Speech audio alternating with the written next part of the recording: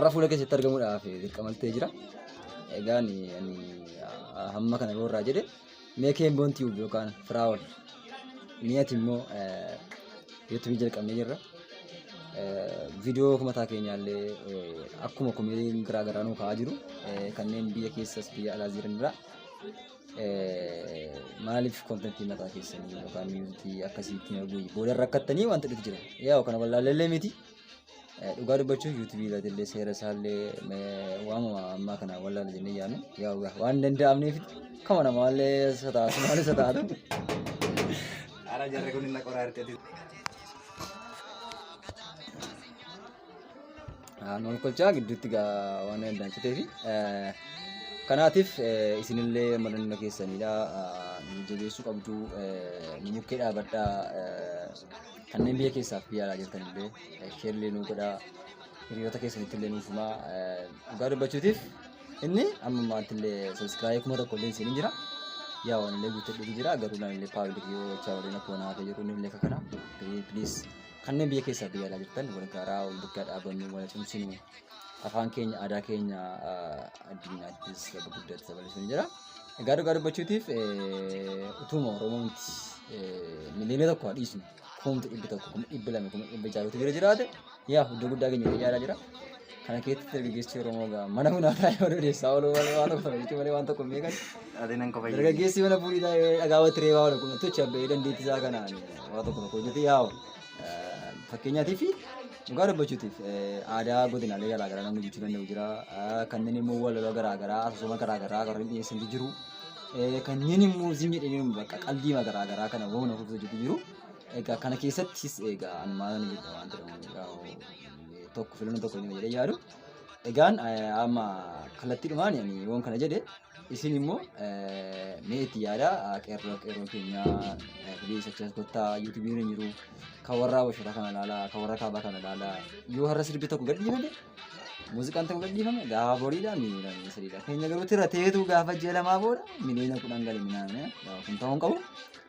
Egaa kana yoon jedhe firaawol waamicha kabajjee sitti argamu keetiif guddaa galatoomsiin jedhee jira. Mi'ati immoo waa tokko irraa jedhi maal jettanii akka keetti maal jetta yaa YouTube jalqabnee jirra garuu hamma maatachumaatti irra jirra. Baazawee nuyi birrii miti kan barbaannu si gala nuyi birrii miti waan barbaannu birrii miti nuti namni waa irraa beekumsa argatu afaan keenyaan keenya beekamudha. Ni akka keetti maal jetta maal sitti dhaga'ame mi'ati immoo waa irraa jedhiiti walitti deebina. Toleegaa waan baay'eellee jettee taayu na yaalaa yuutuun kuteettan immoo gaa waama tokko tokko waan manatti dhaga'amu irraa dubbadha. Egaa innis maalinni egaa aniif obboleessi kiyya. Yoo yaa ayyeeshama harka fuucu kam jirtu kabajamtoota jaallattootaa fi maatii YouTube chaanalii keenya akka isin beektan keessummoota lamaan keenyayyuu har'a waa tokko dubbachuutiif yookaan ergaa tokko dabarsuudhaafiti isin bukkeetti argamneeti jirra. Ani hiriyaa keessanidha. Surraan jedhama. Inni kun immoo bukkeetti argamtan kun immoo YouTuberidha si hiriyaa kiyyasidha. Keemboon Tube YouTuberadha. Egaan har'a wanta nuti dubbachuu barbaanne waa'ee dhimma YouTubeetti wal qabsiisee yookaas immoo gama sooshaal miidiyaatti wal qabsiisee egaa sooshaal miidiyaan akka isin beektanii maallaqa yookaas beekamtii dhaaf osoo hin taane sooshaal miidiyaan yeroo ammaa kana addunyaa irratti bal'atee jira. Qooda aadaa ofii afaan aadaa ofii afaan ofii siyaasa ofii dinagdee ofii beeksisuu keessatti qooda guddaa qaba. Kana keessatti nuti immoo egaa hojii mataa keenyallee ni qabna hin barannalleedha. Baay'ee biisiidha.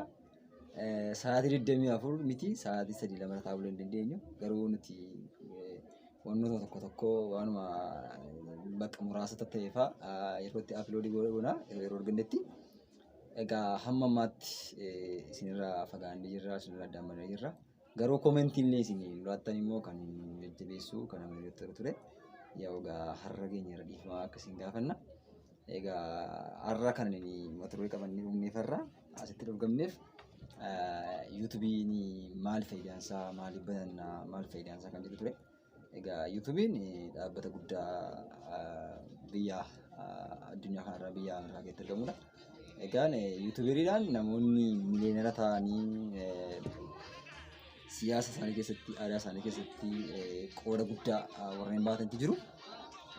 Dhugaa dubbachuutiif YouTube'n maallaqa gaarii argachuu hin danda'ama. Irraa birrii yookaas maallaqa kan jennu argachuus hin danda'ama. Garuu aadaa ofii, afaan ofii beeksisuu keessattis qooda guddaa qaba. Egaa kana keessattis yoon YouTube chaanalii banadhee YouTube chaanalii kanarraa namni yookaan hawaasni koo afaan koo kan dubbatu, afaan biraa kan dubbatu maalirraa barachuu danda'a wanta jedhamus ilaaluu qabna. Hiriyaamti keenya tokko yookaan namni tokko imeelii banii YouTube jalqabne osoo hin taane kana keessatti nuti lamaan keenya illee egaa YouTube mataan keenyaa ni qabna. Egaan ani maqaan YouTube channel kiyyaa Gireeshoo Tuukiidha. Kan hiriyaa kun immoo innis booda sitti danda'a garuu Keemboon Tube kan jedhudha.